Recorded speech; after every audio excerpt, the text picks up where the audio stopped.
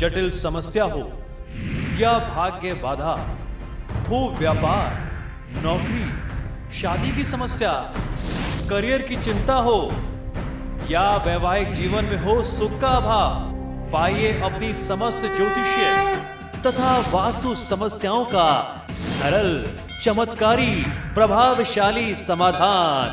एक जाना माना और विश्वसनीय नाम, आचार्य पंडित श्री वैभवनाथ शर्मा जी, काशी के 400 वर्ष पुराने प्रतिष्ठित और अंतरराष्ट्रीय ख्याति प्राप्त राज ज्योतिषी परिवार की 8वीं पीढ़ी के ज्योतिषी और वास्तु शास्त्री आचार्य पंडित श्री वैभवनाथ शर्मा जी के द्वारा व्यक्तिगत या फिर फोन पर अपॉइंटमेंट लेने के लिए कॉल करें 9818-300-146, 9990-724-131 या फिर ईमेल करें sharma.vaibhav@gmail.com पर। फिलहाल यहाँ रुकेंगे एक छोटे से ब्रेक के लिए, लेकिन आप बने रहिए हमारे साथ, क्योंकि ब्रेक के बाद आचार्य जी बताएंगे आज का महा उपाय, जिसमें जानेंगे सर्वपितृ अमावस्या का महत्व। बने रहिए हमारे साथ।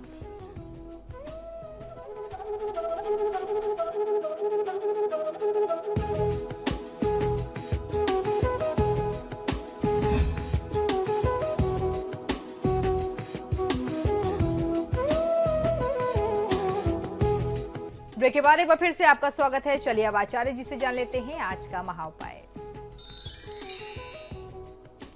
जी बिल्कुल, आज हम लोग चर्चा करने वाले हैं सर्वपितृ अमावस्या पर। क्या है सर्वपितृ अमावस्या? आज यानी 23 और कल यानी 24 सितंबर, दोनों दिन इस बार अमावस्या का संयोग हो रहा है। इस बार पितृपक्ष में कुछ ऐसा ही संयोग था। पितृपक्ष के आरंभ में पूर्णिमा का संयोग 2 दिन माना गया, 2 दिन पूर्णिमा लोगों ने मनाई, और इस बार अमावस्या का भी ऐसा ही संयोग बन रहा है। आगे आने वाले समय में इसी का हम परिणाम देखेंगे कि नवरात्र जो है इस बार 8 दिन का होगा, एक तिथि घट जाएगी। तो आइए सबसे पहले जान लेते हैं कि सर्वपितृ अमावस्या क्या है और क्यों मनाना आवश्यक होता है सर्वपितृ अमावस्या। सब पूर्वजों को प्रसन्न करना चाहिए इस तिथि में, और अमावस्या का तर्पण करता है समस्त पितरों को तृप्त। तो किस प्रकार से अमावस्या की तिथि में, खासतौर पर आश्विन अमावस्या में आपको पितृ तर्पण करना चाहिए, श्राद्ध करना क्यों आवश्यक है, आइए ये जानते हैं। श्राद्ध पक्ष में अमावस्या का महात्म बहुत बड़ा है। अभी कुछ दिन पहले भी हम लोगों ने अमावस्या के बारे में चर्चा की थी। अश्विन मास की अमावस्या पितरों की शांति का सबसे अच्छा मुहूर्त होता है, सबसे अच्छी तिथि होती है। जिन लोगों ने अपने पूर्वजों का 3 वर्ष तक श्राद्ध न किया हो, उनके पितृ जो हैं वह पितृ योनि से निकल करके वापस प्रेत योनि में आ जाते हैं। अतः उनकी शांति के लिए तीर्थ स्थान में त्रिपिंडी श्राद्ध किया जाता है। इस कार्य में कोताही नहीं बरतनी चाहिए, अन्यथा पितृ श्राप के लिए व्यक्ति को तैयार रहना चाहिए।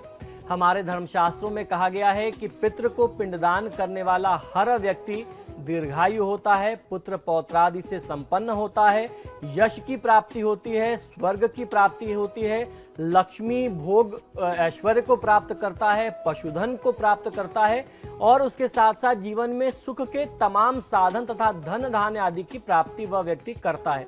यही नहीं, पितृ की कृपा से ही उसे सब प्रकार की समृद्धि, सौभाग्य तथा राज्य की प्राप्ति होती है, और उसके उपरांत मोक्ष की प्राप्ति भी पितृदेव की कृपा से, उनके आशीर्वाद से ही मनुष्य को हो पाती है।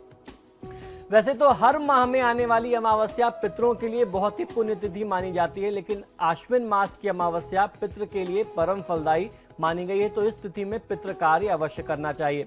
इस अमावस्या को पितृ विसर्जनी अमावस्या अथवा महालया भी कहा जाता है।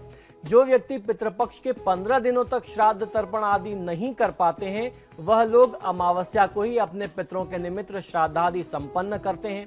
जिन पितृ की तिथि याद नहीं होती, जिनके निर्वाण तिथि की जानकारी उनके परिजनों को नहीं होती, उनके निमित्त श्राद्ध, तर्पण, दान इत्यादि जो है अमावस्या को ही किया जाता है। या बहुत सारे ऐसे लोग होते हैं, अमूमन हर व्यक्ति, हर परिवार ऐसा करता है कि अमावस्या को भी दान इत्यादि कर देता है कि अगर परिवार में और भी कोई अतृप्त आत्मा है, कोई ऐसे परिजन है जिनके बारे में हम कोई श्राद्ध कर्म नहीं कर पाए, जिनके बारे में हमें जानकारी नहीं थी, उनके निमित्त भी दान निकाल करके ब्राह्मण देवता को दे दिया जाता है।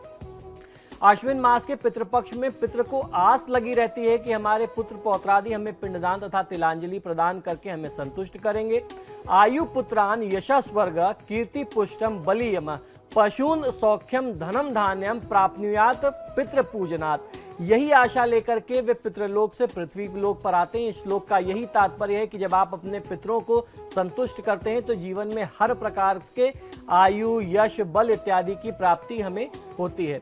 अतएव प्रत्येक हिंदू गृहस्थ का धर्म है कि वह पितृपक्ष में अपने पितृ के लिए श्राद्ध एवं तर्पण इत्यादि करे तथा अपनी श्रद्धानुसार पितृ के निमित्त दान अवश्य करना चाहिए। पितरों की शांति के निमित्त तर्पण, ब्राह्मण भोजन, सीधा यानी कच्चा अन्न दान कर लेना, वस्त्र, भूमि, गोदान, स्वर्ण दान इत्यादि कर्म जो है वह किए जाते हैं।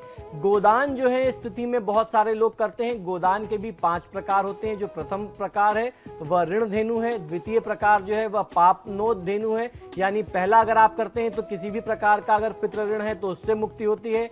2 गौओं का दान करने से पापों की मुक्ति होती है। तृतीय गौदान जो है उत्क्रांति धेनु कहा जाता है। चतुर्थ जो गौदान है उसे वैतरणी धेनु कहते हैं और पंचम जो है उसे मोक्ष धेनु कहते हैं।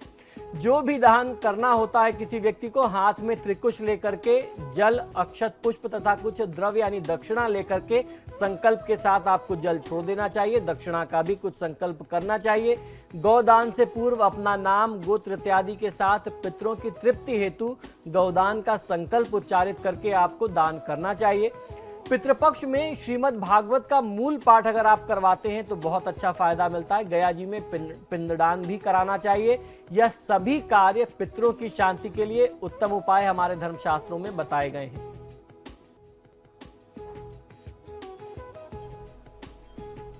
और पंडित जी, एक सवाल ये भी है कि जैसे कई लोग तो आज कर रहे हैं अमावस्या और कई लोग कल करेंगे, तो इसमें क्या मतलब इसके लिए कोई शुभ मुहूर्त होता है क्या अमावस्या के लिए? नहीं, देखिए ऐसा कोई महात्मा नहीं है, क्योंकि ऐसा कोई विधान नहीं है, कोई शुभ मुहूर्त है, क्योंकि पूरे दिन अमावस्या का मान हो रहा है। तो जो लोग अपनी सुविधा से आज कर सकते हैं उन्हें आज कर लेना चाहिए।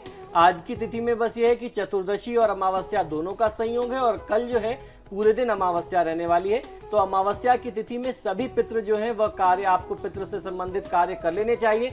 और अमावस्या के दिन ही पितृ विसर्जन हो जाता है, तो इस बात का आपको ध्यान रखना होता है। अमावस्या के दिन पितृ अपने पुत्र आदि के द्वार पर पिंडदान एवं श्राद्ध की आशा से आते हैं। यहाँ पर उन्हें पिंडदान व तिलांजलि आदि नहीं मिलती तो वो शाप देकर के चले जाते हैं। अतः श्राद्ध का परित्याग किसी भी व्यक्ति को नहीं करना चाहिए। पितृपक्ष के लिए पर्व का समय है, अतः ये जो समय होता है पितरों की शांति के लिए होता है। जो व्यक्ति अपने पितरों के लिए पूरे श्रद्धा से, इच्छा से श्राद्ध इत्यादि करते हैं, दान इत्यादि करते हैं, निश्चित ही हर प्रकार से उन्हें कल्याण की प्राप्ति होती है। तो ये था हमारा आज का महाउपाय। इसी के साथ ही हमारे आज के कार्यक्रम में फिलहाल इतना ही। बहुत बहुत शुक्रिया आपको दर्शकों में कॉल करने के लिए। आचार्य जी, आपका भी बहुत बहुत शुक्रिया स्टूडियो में आने के लिए। जी नमस्कार। तो आपके सितारे में फिलहाल इतना ही। वक्त तो चला एक छोटे से ब्रेक का। ब्रेक के उस पार भी खबरों का सिलसिला लगातार जारी है।